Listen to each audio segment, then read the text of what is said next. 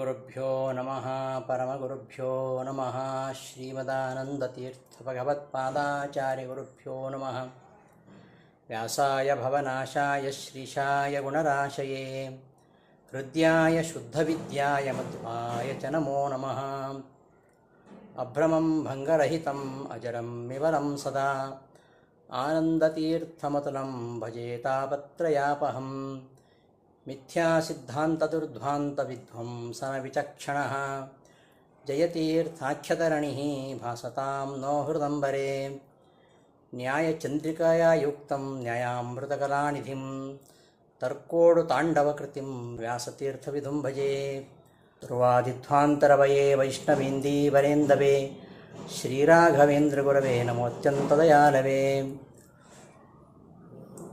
ಶ್ರೀಮತೋ ರಾಘವೇಂದ್ರಸ್ಯ ನಮಾಮಿ ಪದಪಂಕಜೇ ಕಾಮಿತಾಶೇಷಕಲ್ಯಾಣಕರಣಾಕಲ್ಪಪಾದಪೌ ಅಜ್ಞಾನತಿಮಿರಚ್ಛೇದಂ ಬುದ್ಧಿಸಂಪತ್ಪ್ರದಾಯಕಂ ವಿಜ್ಞಾನವಿಮಲಂ ಶಾಂತಂ ವಿಜಯಾಖ್ಯಗುರುಂ ಭಜೆ ತಪಸ್ವಾಧ್ಯಾಯಶುಶ್ರೂಷಾ ಕೃಷ್ಣಪೂಜಾರತಂ ಮುನಿಂ ವಿಶ್ವೇಶಮಿಷ್ಟದಂ ವಂದೇ ಪರಿವ್ರಾಟ್ ಚಕ್ರವರ್ತಿನಂ.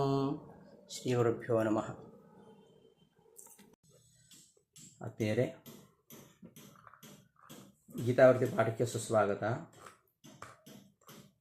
ಭಗವದ್ಗೀತೆಯ 9ನೇ ಅಧ್ಯಾಯದಲ್ಲಿ 13ನೇ ಶ್ಲೋಕದಲ್ಲಿದ್ದೇವೆ. ಮಹಾತ್ಮಾನಸ್ತು ಮಾಂ ಪಾರ್ಥ ದೈವೀಂ ಪ್ರಕೃತಿಮಾಶ್ರಿತಾಃ ಭಜಂತಿ ಅನನ್ಯಮನಸಃ ಜ್ಞಾತ್ವಾ ಭೂತಾದಿಮವ್ಯಯಂ.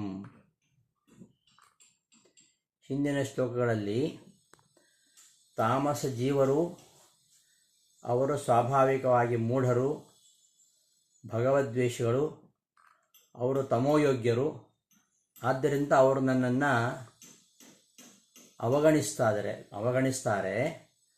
ಆದರೆ ಯಾರು ಉತ್ತಮ ಜೀವರಾಗಿದ್ದಾರೆ ಅವರು ನನ್ನನ್ನು ಸೇವಿಸ್ತಾರೆ. ನನ್ನ ಹೊರತಾಗಿ ಬೇರೆ ಕಡೆ ಎಲ್ಲಿಯೂ ಅವರ ಮನಸ್ಸು ಹರಿದಾಡುವುದಿಲ್ಲ ಎಂಬುದನ್ನು ಈ ಶ್ಲೋಕದಲ್ಲಿ ಹೇಳಿಕೆ ಹೊರಟಿದ್ದಾನೆ. ಹೇ ಪಾರ್ಥ, ಹೇ ಅರ್ಜುನನೇ, ದೈವೀಂ ಪ್ರಕೃತಿಮಾಶ್ರಿತಾಃ.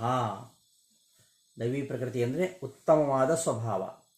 ಉತ್ತಮವಾದ ಸ್ವಭಾವವನ್ನು ಆಶ್ರಿತ ಹೊಂದಿರತಕ್ಕಂತಹ ಮಹಾತ್ಮಾನಃ, ಉತ್ತಮ ವ್ಯಕ್ತಿಗಳು,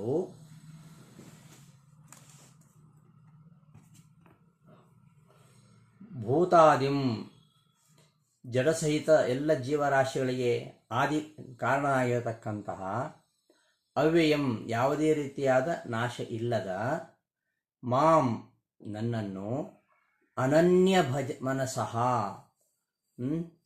ನನ್ನನ್ನು ಸರಿಯಾಗಿ ಅರ್ಥ ಮಾಡಿಕೊಂಡು ನನ್ನನ್ನು ಹೊರತಾಗಿ ಬೇರೆಯವರಲ್ಲಿ ಮನಸ್ಸಿಡದವರಾಗಿ, ನನ್ನನ್ನು ಹೊರತಾಗಿ ಬೇರೆ ಕಡೆ ಹರಿದಾಡದ ಮನಸ್ಸುಳ್ಳವರಾಗಿ, ಭಜಂತಿ, ನನ್ನನ್ನೇ ಸೇವಿಸ್ತಾ ಇದ್ದಾರೆ ಅಂತ ಈ ಶ್ಲೋಕದ ಅರ್ಥ. ಈ ಶ್ಲೋಕಕ್ಕೆ ಅವತರಣಿಕೆಯನ್ನು ಟೀಕೆಯಲ್ಲಿ, ವಿವೃತಿಯಲ್ಲಿ ರಾಯರು ಕೊಡ್ತಾರೆ. ನಾನು ಭಗವತಃ ದೋಷಿತ್ವಾದೇವ ಅವಜಾನಂತಿ ಇತಿ ಕಿಂ ನ ಸ್ಯಾತ್ ತಥಾತ್ವೇ ದೈವಪ್ರಕೃತಯಃ ಅಪಿ ಅವಜ್ಞಾಂ ಕುರ್ಯುಃ ನ ಚ ತಥಾ ನ ಚೈವಮಸ್ತಿ ಇತ್ಯಾಹ ಮಹಾತ್ಮಾನಃ. ಈ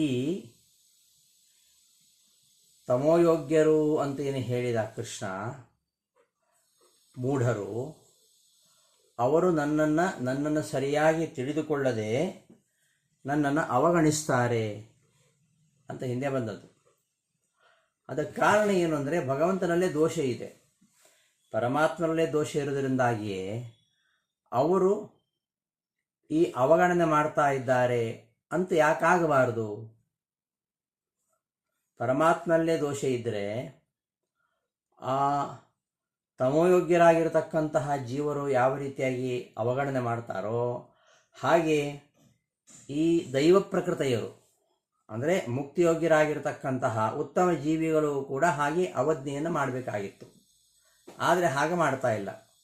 ಉತ್ತಮ ಪ್ರಕೃತಿಗಳಾಗಿರ್ತಕ್ಕಂತಹ ಮುಕ್ತಿಯೋಗ್ಯರಾಗಿರ್ತಕ್ಕಂತಹ ಜೀವರಿದ್ದಾರಲ್ಲ, ಅವರು ನನ್ನನ್ನು ಅನನ್ಯ ಮನಸ್ಕರಾಗಿ ಸೇವಿಸ್ತಾ ಇದ್ದಾರೆ. ಆದ್ದರಿಂದ ಇಲ್ಲಿ ಮೂಲತಃ ಭಗವಂತನಲ್ಲಿ ಯಾವ ದೋಷ ಇಲ್ಲ. ಭಗವಂತನಲ್ಲಿ ದೋಷ ಇರುವುದರಿಂದಲೇ ಅವರು ಅವಗಣಿಸ್ತಾರೆ ತಮೋಯೋಗ್ಯರು ಅಂತ ಯಾಕಾಗಬಾರ್ದು ಅಂತ ಪ್ರಶ್ನೆ ಬರುತ್ತೆ. ಹಾಗಾದಲ್ಲಿ ತಥಾತ್ವೇ ದೈವಪ್ರಕೃತ ಯಹಪಿ ಅವಜ್ಞಾಂ ಕುರ್ಯುಹು, ದೈವಪ್ರಕೃತಿಗಳು ಕೂಡ ಉತ್ತಮ ಸ್ವಭಾವವುಳ್ಳಂತಹ ಜೀವರು ಕೂಡ ಅವಜ್ಞೆಯನ್ನು ಮಾಡಬೇಕಾದೀತು. ಆದರೆ ನಚ ಏವಮಸ್ತಿ, ಆದರೆ ಹಾಗೆ ಇಲ್ಲ. ಆದ್ದರಿಂದ ಮಹಾತ್ಮಾನಸ್ತು, ಅದನ್ನೇ ಈ ಶ್ಲೋಕದಲ್ಲಿ ಹೇಳ್ತಾ ಇರೋದು. ದೈವೀಂ ಮುಕ್ತಿಯೋಗ್ಯ ಉತ್ತಮ ಜೀವ ಸಂಬಂಧಿನೀಂ ಪ್ರಕೃತಿಂ, ದೈವೀಂ ಪ್ರಕೃತಿಂ ಅಂದರೆ ಮುಕ್ತಿಯೋಗ್ಯವಾಗಿರತಕ್ಕಂತಹ ಉತ್ತಮ ಜೀವನಿಗೆ ಸಂಬಂಧಿಸಿದ ಪ್ರಕೃತಿ ಅಂದರೆ ಸ್ವಭಾವ, ಅದನ್ನು ಆಶ್ರಿತಾ ಮಹಾತ್ಮಾನಃ, ಅದನ್ನು ಆಶ್ರಯಿಸತಕ್ಕಂಥ, ಅದನ್ನು ಹೊಂದಿದಂತಹ ದೈವೀ ಸ್ವಭಾವವನ್ನು ಹೊಂದಿರತಕ್ಕಂತಹ ಮಹಾತ್ಮಾನಃ ಮಹಾಮನಸ್ಕಾಸ್ತು,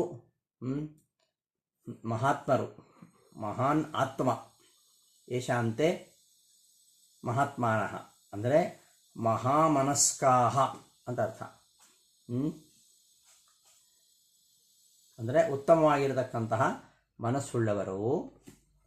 ಭೂತಾದಿಂ ಭೂತಾನಾಂ ಕಾರಣಂ, ಎಲ್ಲ ಭೂತಗಳಿಗೆ ಆದಿಯಾಗಿರತಕ್ಕಂತಹ ಭೂತಾನಾಂ ಕಾರಣಂ ಅಂದರೆ ಎಲ್ಲ ಜಡಸಹಿತವಾಗಿರ್ತಕ್ಕಂಥ ಎಲ್ಲ ಜೀವರಾಶಿಗಳಿಗೂ ಮೊದಲಿಗನಾಗಿರ್ತಕ್ಕಂಥವನು, ಕಾರಣನಾಗಿರ್ತಕ್ಕಂಥನು. ಅವ್ಯಯಂ ನಾಲ್ಕು ವಿಧವಾಗಿರತಕ್ಕಂತಹ ನಾಶರಹಿತನಾಗಿರತಕ್ಕಂತಹ ಮಾಂ ನನ್ನನ್ನು ಜ್ಞಾತ್ವ ತಿಳಿದು ಅನನ್ಯ ಮನಸಃ ಅನ್ಯ ವಿಷಯಕ ಮನೋಹೀನಾ, ನನ್ನನ್ನು ಬಿಟ್ಟು ಬೇರೆ ವಿಷಯಗಳಲ್ಲಿ ಮನಸ್ಸಿಡದವರಾಗಿ, ಅಂದರೆ ಮದೇಕ ಮನಸ್ಕಾಹ ನನ್ನಲ್ಲಿಯೇ ಮನಸ್ಸು ಹೊಂದಿದವರಾಗಿ, ಸಂತಹ ಹೊಂದಿದವರಾಗಿ, ಮಾಂ ಭಜಂತಿ ನನ್ನನ್ನು ಸೇವಿಸ್ತಾರೆ ಅಂತ ಈ ಶ್ಲೋಕದ ಅರ್ಥವನ್ನು ಇಲ್ಲಿ ವಿವರಿಸಿದರು. ಪಾಠವನ್ನು ಸಮಾಪ್ತಿಗೊಳಿಸೋಣ.